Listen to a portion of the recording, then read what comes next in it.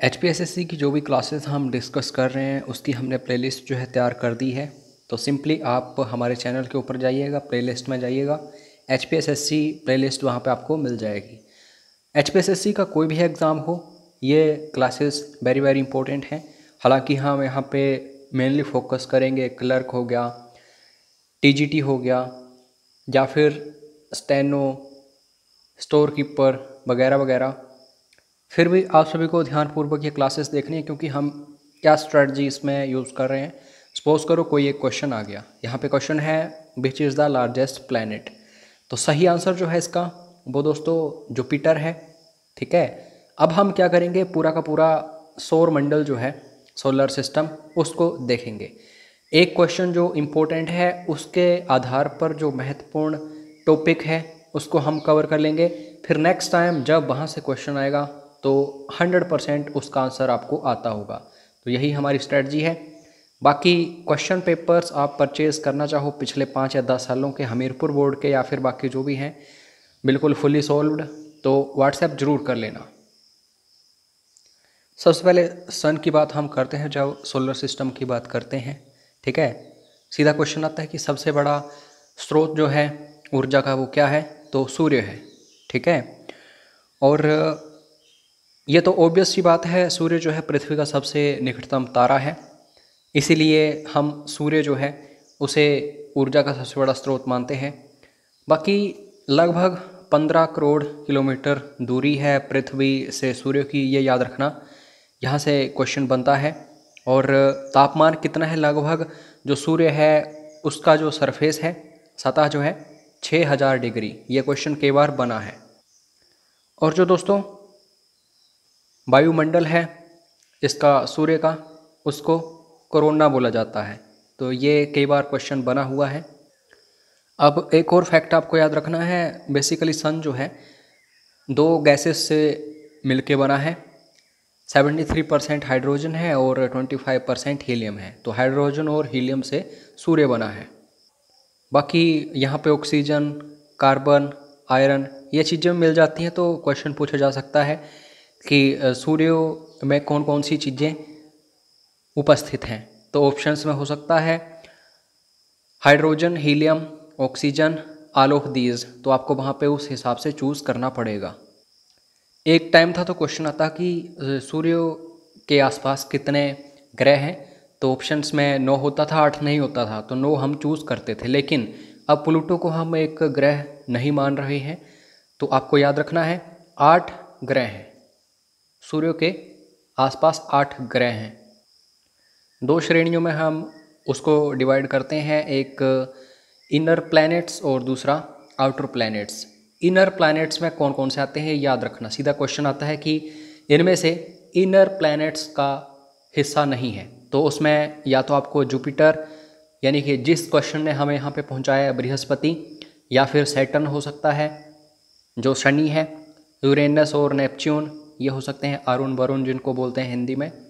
तो आपको इन्हीं में से चूज़ करना पड़ेगा। फिर अब फिलहाल आप ये जान लो कि इनर प्लैनेट्स कौन कौन से हैं, अंतर्ग्रह जिनको आप बोल सकते हैं, और बाहिरग्रह, आउटर प्लैनेट्स। हिंदी में भी एक्सप्लेन करने की कोशिश करता हूँ ताकि हर एक स्टूडेंट कवर हो जाए। तो बुध ग्रह जो है ये भी इनर प्लैनेट्स का हिस्सा है। वीनस, इसको पृथ्वी की जुड़वा बहन भी बोलते हैं। ठीक है, भोर का तारा वगैरह वगैरह, ये भी क्वेश्चंस बनते हैं। अर्थ है उसके बाद हमारी पृथ्वी, जहाँ एकमात्र ये ग्रह है जहाँ जीवन संभव है, और इसको नीला ग्रह भी बोलते हैं, ये याद रखना। बाकी मार्स जो है ये भी याद रखो, यहाँ पे भी जीवन संभव हो रहा है धीरे धीरे, तो इसके ऊपर रिसर्च चल रही है अभी। ठीक है, आउटर प्लैनेट्स में मैं आपको बता चुका हूँ कि कौन कौन से हैं, लेकिन ये गैसियस प्लैनेट्स हैं। इनका मतलब ये होता है कि अंदर से खोखले होंगे, थोड़े से, इतने भारी नहीं होंगे, लेकिन होंगे बड़े बड़े। ठीक है, ये सारे के सारे। और सूर्य की परिक्रमा करते करते इन्हें काफ़ी समय लगता है। ये जो ऊपर थे इनको काफ़ी कम समय लगता है सूर्य की परिक्रमा करने में। अब ये वो क्वेश्चन है जहाँ से हम आए हैं। जुपिटर जो है बिगेस्ट प्लैनेट है, ठीक है, और मरकरी सबसे छोटा है, बुध सबसे छोटा है। तो ये याद रखना, मरकरी भी पूछा जा सकता है और जुपिटर भी, इन दोनों से रिलेटेड क्वेश्चंस बनते हैं। क्वेश्चन आता है कि ये जो बुध ग्रह है इसके कितने चंद्रमा हैं। तो आपको याद रखना है इसका कोई भी चंद्रमा नहीं है। पृथ्वी की जुड़वा बहन कौन है? शुक्र ग्रह। और रोटेशन में सबसे ज़्यादा टाइम कौन लेता है? तो वो भी वीनस है। ठीक है। और जितना समय ये सूर्य की परिक्रमा करने में लगाता है उससे ज़्यादा ये रोटेशन में लगा देता है। और सबसे गर्म ग्रह कौन सा है? क्वेश्चन बनता है, इम्पोर्टेंट है। तो ये है शुक्र ग्रह। पृथ्वी की जब हम बात करते हैं तो ये दोस्तों पश्चिम से पूर्व की ओर घूमती है, लेकिन जो शुक्र ग्रह है ये पूर्व से पश्चिम की ओर घूमता है। तो ये याद रखना, एक शुक्र ग्रह है जो इस तरह से घूमता है, दूसरा हम आके डिस्कस करने वाले हैं। तो इस चीज़ को याद कर लेना क्योंकि यहाँ से क्वेश्चन बना हुआ है ऑलरेडी। इवनिंग स्टार के नाम से किसको जाना जाता है? तो शुक्र ग्रह, ये याद रखो। इसके अभी कोई चंद्रमा नहीं है, तो एक बुध हो गया, एक शुक्र, इनके कोई चंद्रमा नहीं है। सबसे पहले कौन सा ग्रह देखा गया था पृथ्वी के बाद? तो ये शुक्र ही है। सीधा क्वेश्चन आता है कि जो पृथ्वी का वायुमंडल है उसमें कौन कौन सी गैसेस हैं।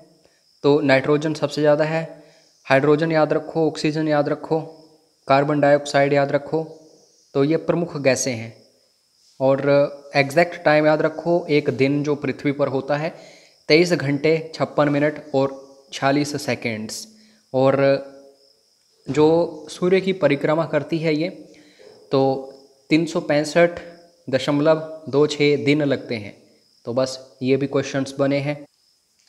और ओजोन परत जो है ये दोस्तों समताप मंडल जो है, स्ट्रेटोस्फीयर जो है, वायु का वायुमंडल, पृथ्वी का वायुमंडल, तो वहाँ पे ये उपस्थित है, ये याद रखो। पृथ्वी का सिर्फ एक चंद्रमा है, आपको पता है इसके बारे में। सीधा प्रश्न आता है लाल ग्रह के नाम से किसको जाना जाता है? तो आपको मंगल ग्रह याद रखना है। और कारण क्या है इसका?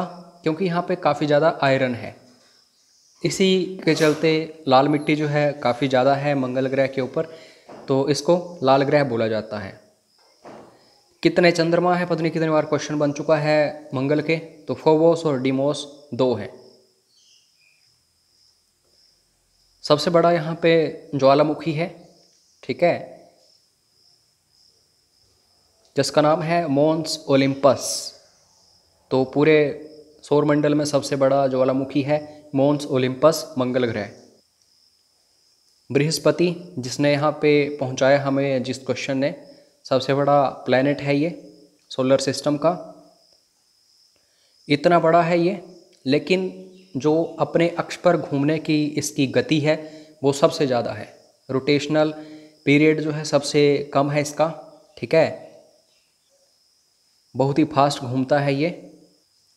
एक बार क्वेश्चन पूछा गया था कि ये जो बृहस्पति या फिर जुपिटर है इसमें सबसे ज़्यादा गैसेस कौन कौन सी हैं? तो ऑप्शंस में दोस्तों हाइड्रोजन और हीलियम थी, और थर्ड ऑप्शन था बोथ ए एंड बी, और फोर्थ था नन ऑफ दीज। तो आपको थर्ड ऑप्शन याद रखना है, हाइड्रोजन और हीलियम दोनों। दोस्तों यहाँ पे एक बहुत ही बड़ा गड्ढा है इस ग्रह के ऊपर जो बृहस्पति है, जिसको ग्रेट रेड स्पॉट के नाम से जाना जाता है। तो यहाँ से भी क्वेश्चन बन सकता है।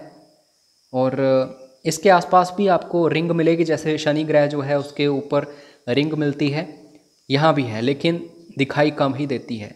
और इसके जो चंद्रमा हैं वो सबसे ज़्यादा हैं, हाल ही में खोजे गए थे। तो फिलहाल इनको याद मत रखो क्योंकि यहाँ काफ़ी डिस्प्यूट रहता है कि कितने हैं और कितने नहीं।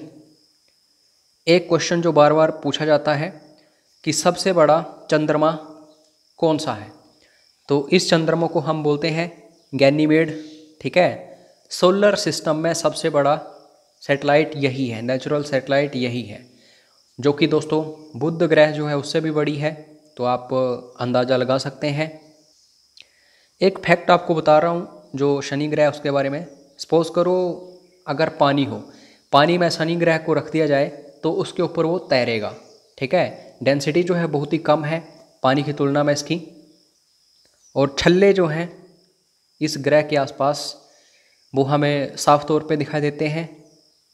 और ये छल्ले जो हैं ये बने हैं छोटी छोटी चट्टानों से। और बर्फ़ के टुकड़े भी हैं इसके आसपास। और शनि ग्रह का सबसे बड़ा चंद्रमा जो है उसको टाइटन हम बोलते हैं। ठीक है। एक क्वेश्चन आया था एक बार कि ये जो यूरेनस है इसको ढूंढा किसने था, खोज इसकी किसने की थी? तो विलियम हर्शल, याद रखना। और ब्लू ग्रीन कलर का ये है, तो क्वेश्चन आ जाता है कि ब्लू ग्रीन या फिर ये जो श्यान कलर है कौन सा ग्रह है? तो यूरेनस आपको याद रखना है। क्वेश्चन आ जाए कि सूर्य से सबसे ज़्यादा दूरी पर जो ग्रह है इस समय वो कौन सा है? तो आप सभी नेपच्यून आंसर करना। ठीक है। सीधा क्वेश्चन आता है कि ये जो नेपच्यून है इसका कलर जो है वो ब्लू है, तो इसका कारण क्या है? जैसे हम देख रहे थे रेड प्लैनेट के नाम से किसको जाना जाता है? तो मंगल को, मार्स को। ब्लू प्लैनेट के नाम से जाना जाता है नेपच्यून को। और मीथेन जो है ये गैस काफ़ी ज़्यादा है यहाँ पे, तो इसी के कारण इसे ब्लू प्लैनेट भी बोला जाता है, ब्लू कलर प्लैनेट। हालांकि ब्लू प्लैनेट जो है ये पृथ्वी को बोला जाता है, तो आपको पता होगा इसके बारे में। लेकिन ये पूछ लिया जाता है कि ये नीला क्यों है? ये जो नेपच्यून है, पृथ्वी पर तो पानी काफ़ी है इसलिए वो नीली है, लेकिन ये जो नेपच्यून है यहाँ पे मीथेन काफ़ी है। ग्रेट डार्क स्पॉट जो है वो आपको नेपच्यून के ऊपर मिलेगा। ग्रेट रेड स्पॉट जो है ये आपको जो जुपिटर है, बृहस्पति है, वहाँ पे मिलेगा। तो यहाँ पजल हो सकते हैं स्टूडेंट्स। एक टाइम था तो 9th प्लैनेट जो था प्लूटो था, लेकिन अब इसे बोना ग्रह डिक्लेयर कर दिया गया है, तो अब इसके बारे में आपको ज़्यादा कुछ नहीं सोचना है। क्षुद्र ग्रह जो हैं किन दो ग्रहों के बीच हमें देखने को मिलते हैं? ये क्वेश्चन कई बार आया है। तो मंगल ग्रह जो है और बृहस्पति ग्रह, उन दोनों के बीच में एस्ट्रॉइड्स आपको देखने को मिलते हैं। और सबसे बड़े एस्ट्रॉइड का नाम हम देखें तो वो सीरस है। एस्ट्रॉइड बेल्ट में जो सबसे बड़ा एस्ट्रॉइड है, क्षुद्र ग्रह है, उसको हम सीरस बोलेंगे। अब दोस्तों पुच्छल तारे के बारे में भी जान लो। पुच्छल तारा जो है लगभग 76 सालों बाद हमें देखने को मिलता है। हेलिस कोमेट नाम है, आपको पता होगा इसके बारे में। 1986 में ये दिखा था। आपके माता पिता जो हैं उनको इसके बारे में ज़्यादा जानकारी होगी, आप ज़रूर पूछिएगा। ऐसा लगता है कि कोई चोटी है, काफ़ी बड़ा लंबा तारा होता है। तो 2061 में अब ये दिखेगा और आशा करता हूँ कि आप 2061 तक ज़रूर जिएँ, आपकी आयु लंबी हो और आप इस तारे को, पुच्छल तारे को ज़रूर देखें। तो इस तरह से हमने पूरा सोलर सिस्टम कवर कर लिया। मैं नहीं सोचता कि अब ऐसा कोई क्वेश्चन आएगा एग्ज़ाम में, आपको कोई प्रॉब्लम आए कि उस क्वेश्चन को सोल्व करने में। बाकी क्वेश्चन पेपर्स जो सोल्व्ड हैं उनको परचेज जरूर करिएगा, काफ़ी नॉलेज आपको मिलेगा। मोस्ट रिपीटेड क्वेश्चंस होते हैं। कोर्स भी आप ज्वाइन करना चाहो किसी भी एग्ज़ाम के लिए तो वो भी कर सकते हैं। और फ्री स्टडी मटेरियल आपको टेलीग्राम के ऊपर मिलेगा, 95 HP स्टडीज़। ठीक है, तो इसको ज़रूर ज्वाइन कर लेना। मिलते हैं नेक्स्ट वीडियो में। जय हिंद, जय हिमाचल।